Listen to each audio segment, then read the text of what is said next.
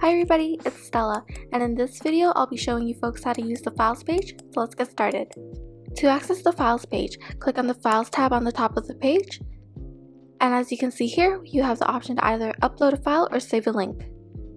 Now let's say you have a document that you want to share with your team. To do that, just click on the Upload Files button and select the document you want to share. In this case, I want my teammates to look over the research proposal that I wrote, so I'm going to upload that document.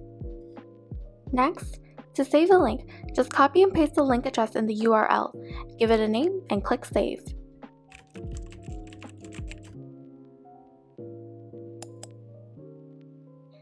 If you accidentally uploaded the wrong file or link and you want to delete it, then click on the garbage bin logo and a message will pop up asking if you are sure that you want to delete it. Once you've deleted a link or file, this action cannot be undone, so make sure that you are absolutely sure before you delete anything. Eventually, your Files page might look something like this once you've started on your project and have worked on it for a while. As you can see, there are multiple pages of files and links and it has become difficult to look for a particular file. In this situation, you can utilize the search function to quickly find what you're looking for. And there you have it. That's how you use the Files page on Ensightful. If you have any questions, feel free to drop them down in the comments. Thanks for watching!